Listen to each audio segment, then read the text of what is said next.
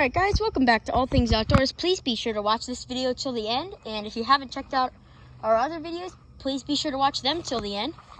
And please be sure to watch this video till the end as well. Oh, look at that. There's a rose. That's pretty cool. I wonder how that got there.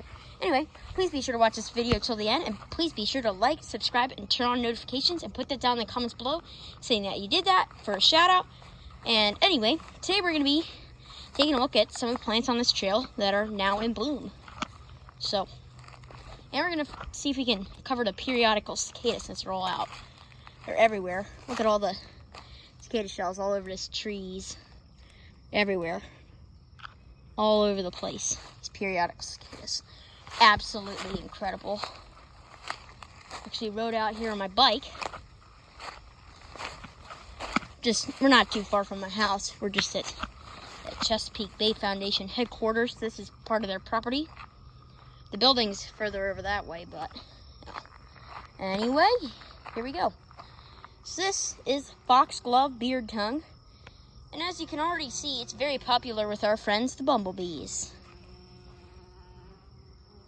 Our lovely little buzzing friends. I love bumblebees. They're so cool. And these long tubular flowers is where they get the name foxglove beard tongue. Because some people say they kind of look like a finger in a glove. And I guess you can kind of stick your pinky finger in there. Let's get it so that you can see it a little better. See, it kind of fits in there like a glove. I guess that's how they get their name. These guys are native to eastern North America. And they grow to be about this tall, maybe a little bit taller than this, but not too much taller than this. It's about as tall as they get. Very pretty. Wow, the bees just love this. Look at that. The bees are everywhere. We're going to see if we can find some periodical cicadas. But first of all, more about the foxglove beard tongue. So this stuff is a native and is commonly planted as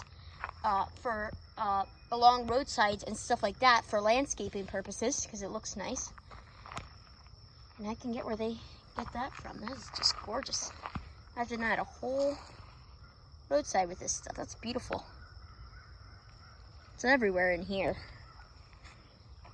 Anyway, we're going to be looking. It's already 7:15, but today we're going to be also looking for some periodic cicadas and maybe taking a look at a couple other plants. But first, we're going to see if we can get a hold of a periodical cicada since they're all out. Yeah, I don't see any of them. I mean, there were two that I saw, but then they flew away. I picked them up and then they flew off my hand. I was going to get a video of them, but didn't have enough time because they had already flown away by the time I pulled out my camera. So, you know.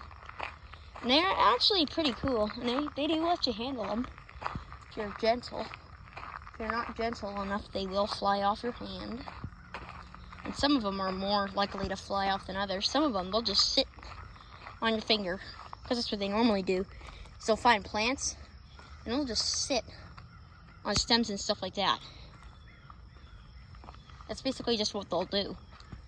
They don't really do much.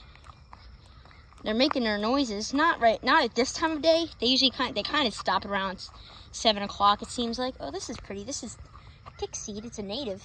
Makes wonderful flowers. We'll cover that when it blooms. Should be coming up pretty soon. We're going to see if we can find some cicadas, possibly. So they are pretty cool.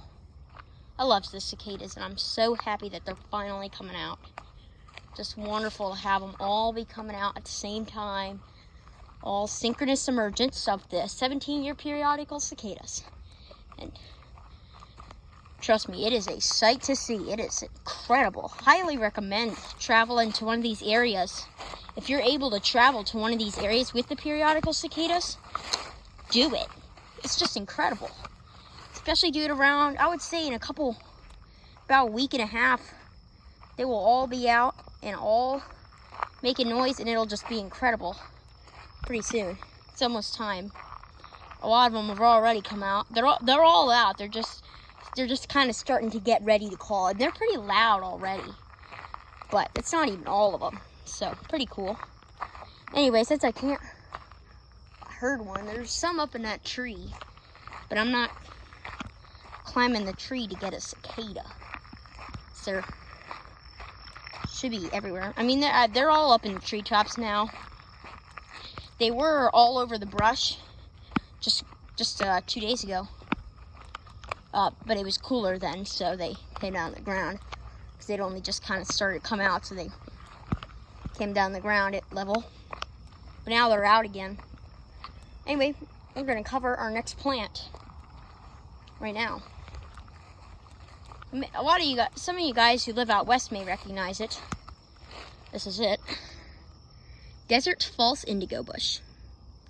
Plant native to the western half of North America, this is regarded as an invasive species in some of our eastern states, but I really like it, and I think it should be treated as a native because of the fact that bees and hummingbirds, I don't know about hummingbirds, but the bees love it.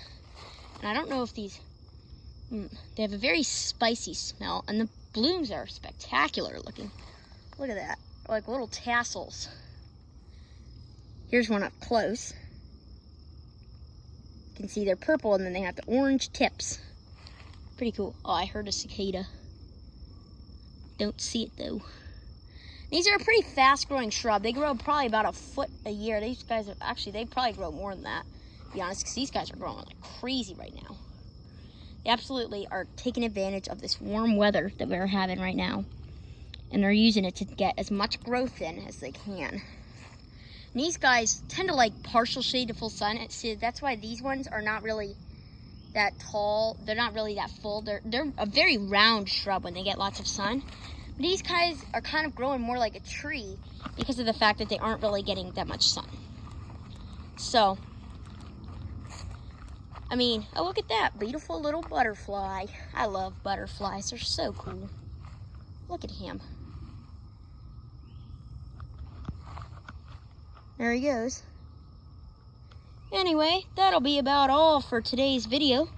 Once again, be sure to like, subscribe, and turn on notifications, and put that down in the comments below for a shout out. And we will see you guys on the next adventure.